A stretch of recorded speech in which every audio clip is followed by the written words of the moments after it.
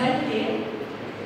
आज अगर हम देखें तो सनातन धर्म के अनुसार 4 युग बताए गए हैं: सतयुग, त्रेता युग, द्वापर युग और कलयुग।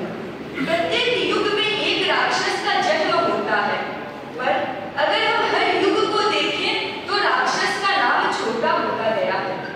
सतयुग में राक्षस का नाम था हिरण्यकश्यप।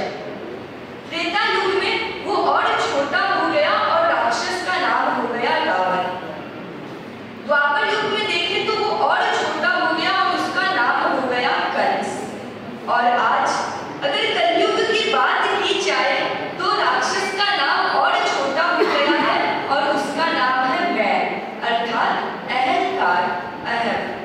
और हमें इस अहम से अधम की यात्रा करनी है। हमें अहम का दमन करके अधम बनना है, वीतराग बनना है। जैसे अभी साध्वी श्री जी ने बताया कि मनुष्य जीवन बहुत अनमोल है, तो हमें ये मनुष्य जीवन प्राप्त हुआ है, आर्य देश में हमारा जन्म हुआ है, जैन कुल मिला है, तो हमें इसे व्यर्थ नहीं जाने देना है। हमें अहम तक सीमित नहीं रहना है, हमें अधम बनना है, अर्थात राग द्वेष का दमन करना है। अभी वर्तमान आचार्य श्री महाश्रवण जी का संकल्प है कि मुमुक्षु संख्या वर्धमान हो, मुमुक्षु की संख्या बढ़े।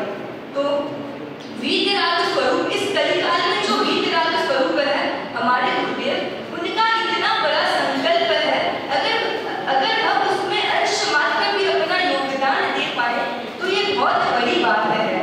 तो हम कोशिश कर सकते हैं कि कोई हमारे घर में तैयार हो या हमारे स्वयं के मन में भावना हो तो हम उसका दमन नहीं करें, हम उस पथ में आगे बढ़ें, या कोई तैयार हो तो उसे आगे बढ़ने के लिए प्रेरित करें। गुरुदेव के संकल्प में हमारा योगदान होगा, हमारा नाम अंकित होगा, तो ये बहुत बड़ी बात है कि महापुरुष के जो वो कलम है उससे हमारा नाम लिखा जाएगा। तो ये अपने आप में बहुत सौभाग्य की बात है। एक कहानी कहना चाहूंगी। एक बार एक व्यक्ति था, उसे बहुत भूख लगी थी, तो वो एक वड़े के दुकान में गया। उस वड़े के दुकान में बाहर पोस्टर पे लिखा हुआ था कि जिस वड़े से आपका पेट भरे उसका दाम है 5 रुपया। वो खाने गया, उसने एक वड़ा खाया, उसका पेट नहीं भरा, फिर दूसरा खाया, तीसरा खाया, इस प्रकार उसने 7 वड़े खाए, पर उसका पेट 7वें वड़े में जाकर उसका पेट भरा।